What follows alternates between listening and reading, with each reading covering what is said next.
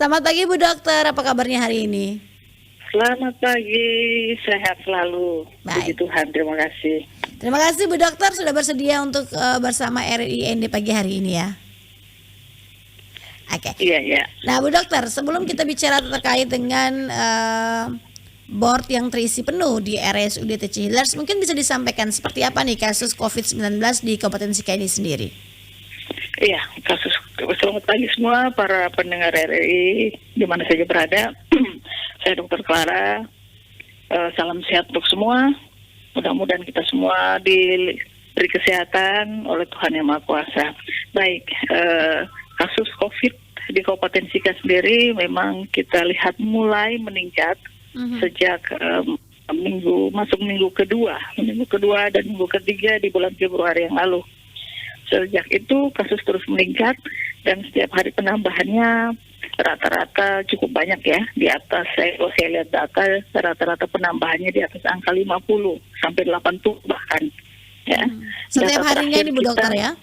Setiap hari angka positifnya bertambah cukup banyak. Ya.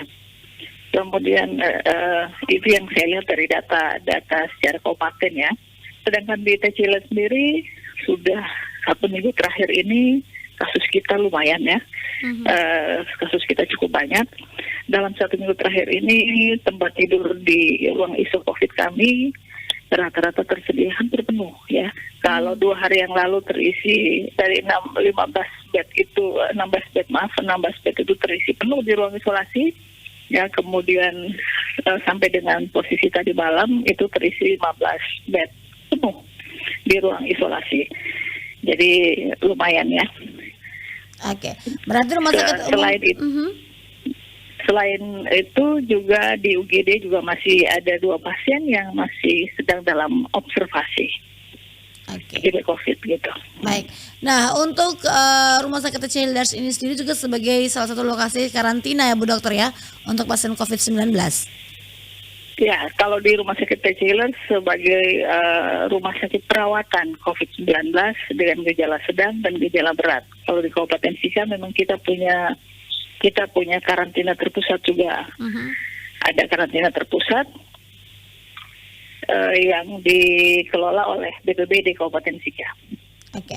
Nah, untuk di rumah sakit ini sendiri, berapa banyak pasien yang saat ini sedang diisolasi di sana, Bu Dokter? Pasien yang sedang kita rawat dengan keluhan sedang dan keluhan berat itu hari ini di ruang isolasi ada 15 pasien dari total 16 tempat tidur.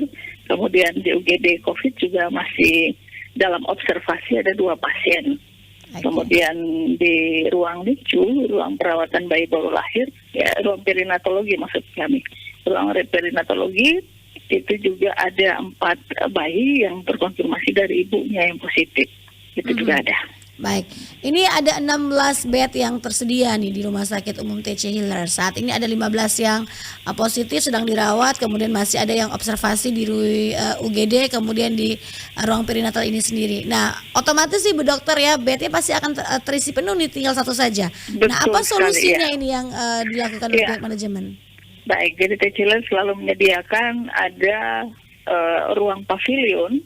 Ya, biasanya ketika mulai meningkat, kasus mulai meningkat, itu ruang pavilion biasanya kita kosongkan dan kita siapkan untuk sebagai bed tambahan ketika ada lonjakan kasus. Ya, itu biasanya kita pakai di ruang pavilion itu ada 9 kamar yang biasanya kita bisa pakai sebagai ruang perawatan pasien COVID. Gitu. Baik, tapi sampai dengan hari ini kita belum memanfaatkan itu karena kita masih bisa melihat dari 15 pasien yang ada, 15 bed yang ada itu hari ini mungkin akan beberapa pasien sudah bisa kita keluarkan ya, karena begitu gejalanya mulai menjadi gejala ringan, itu pasien maka sudah harus dikeluarkan. Oke. Dan semoga saja ruang pavilion ini tidak terpakai ya Bu Dokter ya, yang artinya bahwa pasien COVID sudah mulai sembuh. Oke, baik. Betul, mudah-mudahan tidak terpakai ya. Nah, ini terkait dengan bornya nih Bu Dokter. Bagaimana dengan alkesnya, kemudian SDM nakesnya, fasilitasnya ini seperti apa Bu Dokter di pandemi COVID ini?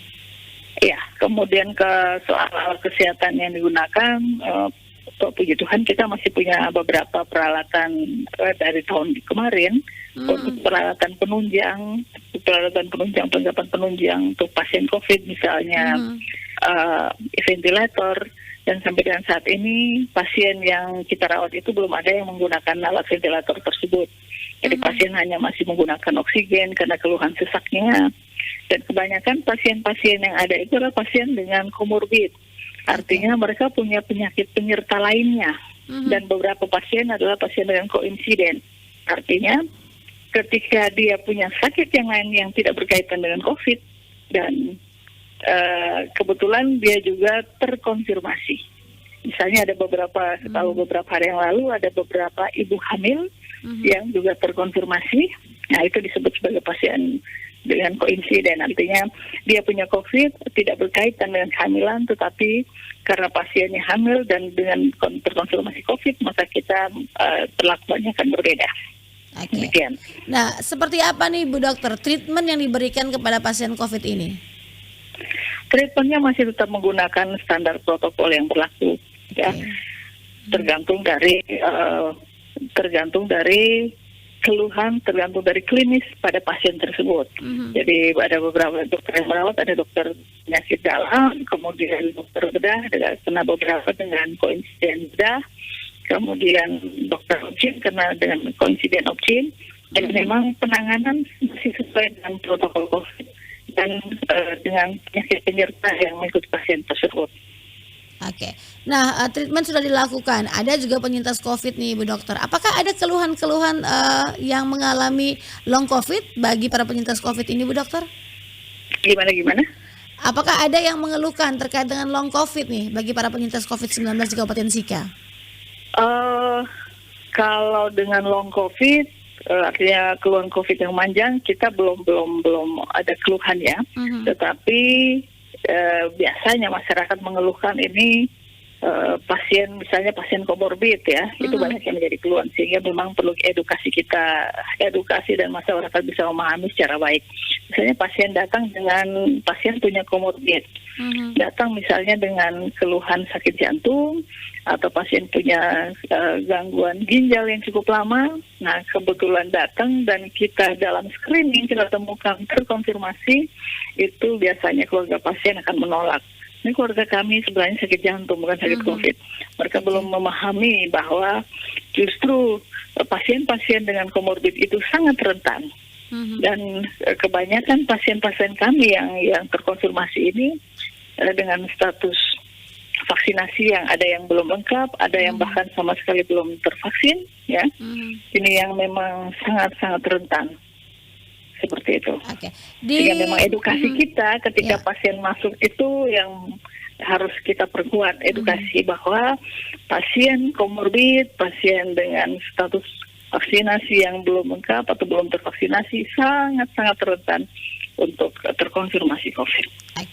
Nah, untuk di Rumah Sakit TC Healers ini sendiri, Bu Dokter, apakah juga membuka posko vaksinasi? Kalau di TC Healers kita masih konsentrasi untuk pelayanan pelayanan penanganan pasiennya. Sedangkan untuk vaksinasi semua kita serahkan ke Dinas Kesehatan. Kita bekerja sama dengan baik. Ya, beberapa waktu yang lalu kita melayani vaksinasi terutama untuk internal rumah sakit ya. Untuk internal rumah sakit kita konsentrasi untuk itu. Yang terakhir nih, vaksinasi dilakukan sepenuhnya oleh Dinas Kesehatan. Baik, yang terakhir nih Bu Dokter nih, bagaimana dukungan pemerintah Kabupaten Sika khususnya ini untuk Rumah Sakit Umum TC Healers dan juga menjadi salah satu tempat karantina dan juga perawatan bagi pasien COVID-19? Ya, selama ini kita pemerintah cukup memperhatikan, misalnya dengan pasien yang terkonfirmasi, pemerintah menyediakan tempat untuk isolasi terpusat. Kemudian pasien yang selesai dirawat di TC Healers pun dengan begitu keluhannya menjadi ringan, itu kita bisa pindahkan, dan itu koordinasi kami dengan BPBD dan Dinas Kesehatan ini cukup baik, menyediakan tempat karantina dan segala kelengkapan atau keperluan yang diperlukan oleh pasien-pasien yang melakukan isolasi terpusat. Himbauannya Bu Dokter untuk masyarakat Kabupaten Sika khususnya dan juga pendengar RRI umumnya, silahkan. Iya, himbauannya masih kepada seluruh masyarakat bagaimana kita harus lebih konsisten untuk menjalankan protokol kesehatan. Karena pada saat ini hanya dengan kita disiplin melaksanakan protokol kesehatan, maka kita bisa terhindar. Dan satu lagi, jika belum divaksinasi, mari kita vaksinasi. Kita lakukan vaksinasi secara lengkap, bahkan sekarang sudah disediakan vaksinasi booster. Untuk vaksinasi ketiga kita lakukan semuanya. Supaya kita, sekalipun kita kena, tetapi dengan gejala yang lebih ringan. Kita lindungi semua anggota keluarga kita, terutama mereka yang punya komorbid, orang tua, ya, sehingga COVID ini tidak memakan korban sampai dengan meninggal dunia. Demikian. Baik Bu Dokter, terima kasih informasinya pagi hari ini. Salam sehat selalu, salam penuh pengabdian Bu Dokter ya. Salam tangguh. Terima kasih, salam sehat. Pro 1, Kanal Inspirasi.